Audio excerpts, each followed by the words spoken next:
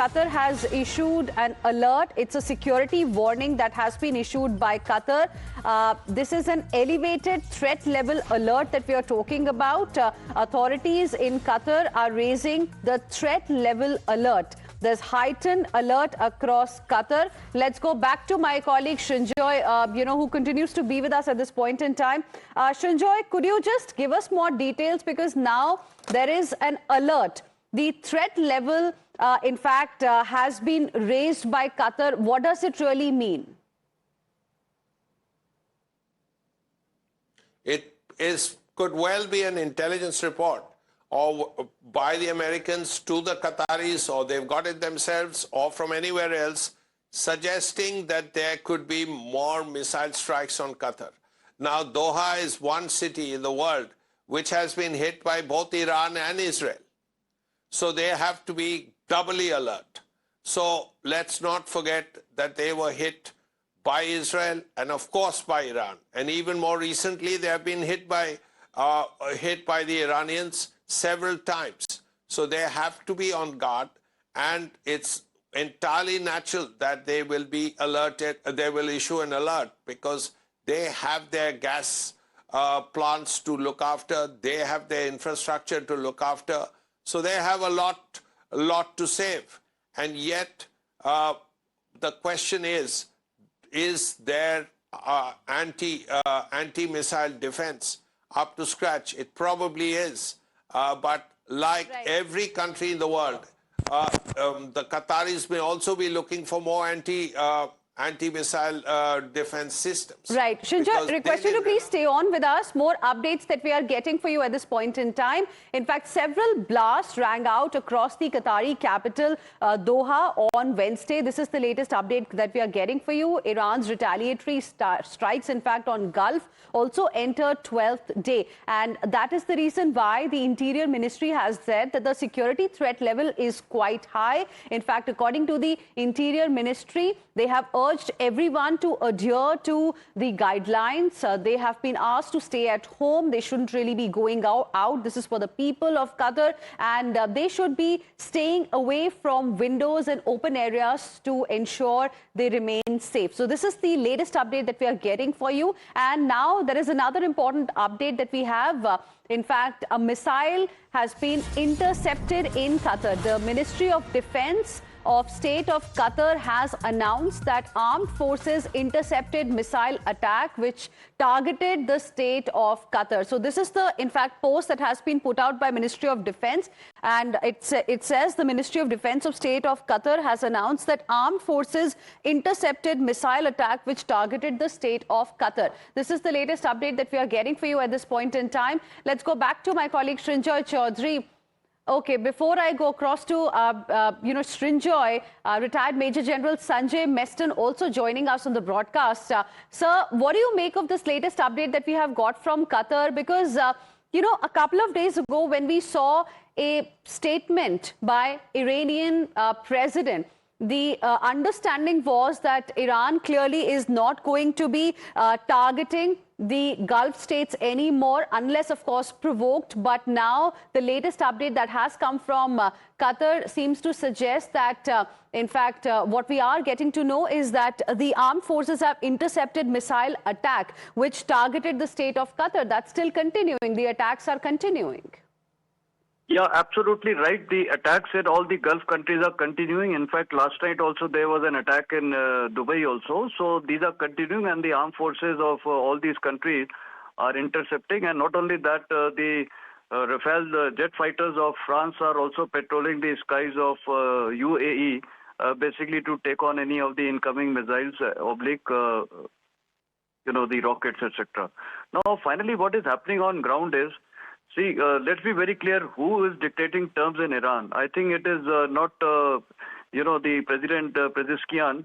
If he was so powerful, he would have been present that day in the meeting when Ayatollah Khomeini and so many of 47 plus people were killed. He was not there in the meeting.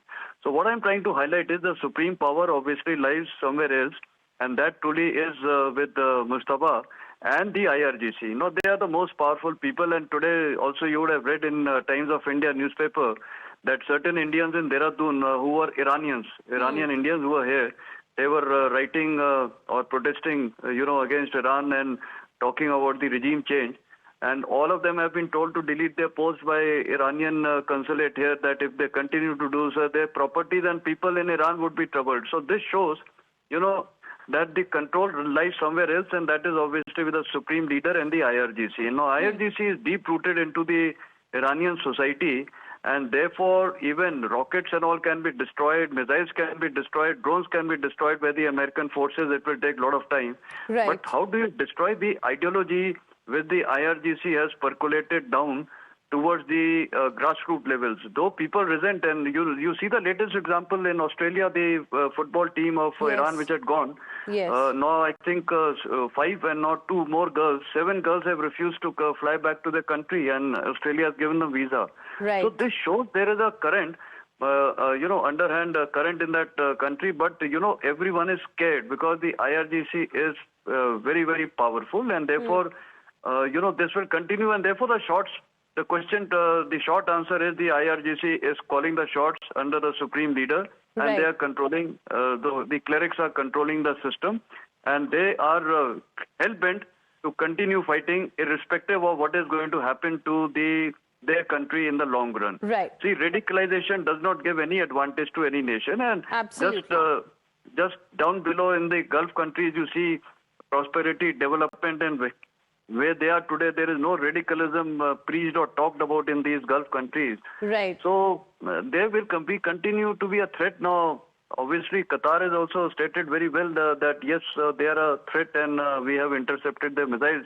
So my feeling is this missiles and drone attacks on Gulf countries will continue for one reason, so that these people, economy is affected, and then they are the ones who will cry to President Trump, finish the war. Okay. But this is what the Iranian strategy is. Okay, Major General Sanjay Meston, appreciate you speaking with us here on Times Now and sharing with us your perspective. Let me go back to my colleague Srinjoy Chaudhary, who continues to be with us at this point in time. Srinjoy, just yesterday we got this news from Iran, as per reports that the Revolutionary Guards, in fact, have reportedly said that they can continue the war for at least a decade. Now, do you agree with what Major General Sanjay Meston has said? Is that the strategy now to, continue attacks on the Gulf so that eventually they ask Donald Trump to, just end this war? Because if Middle East remains on the edge, it is a terrible news for global economy, not just the Middle East.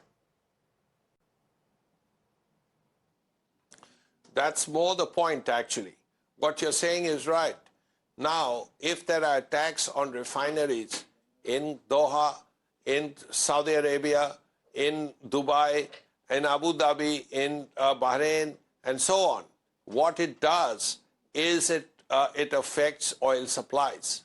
Now, it's a sheer demand-supply situation. Once there is a huge shortage of petroleum, then naturally the demand will continue. And as a result, prices will shoot up. Now, if that happens, then naturally the world, not just the Gulf countries, the world will be affected, and there will be pressure, quiet pressure perhaps, on the Americans to say, and President Trump will be quietly told, well, you won your war, finish this business. Right. So, because our economies are getting hurt, our lives are in danger, because the petrol prices are just shooting up. And this is a problem that America itself will face. Already there is a price increase as far as petroleum is concerned. So though America produces enormous amounts of petroleum, especially shale in recent years, not to speak of all the wells in Texas. So even America is facing an increase in petrol prices. So this could tell let's say, people in Western Europe to tell Trump or to quietly tell the Americans that, look, you can declare war, but when are you going to end it? Because we are being affected. We are suffering. And that could, in some ways, be the Iranian strategy, that Trump being told to end the war because petroleum prices are high. Right. Thank you very much, Srinjoy. Appreciate you joining us with those details.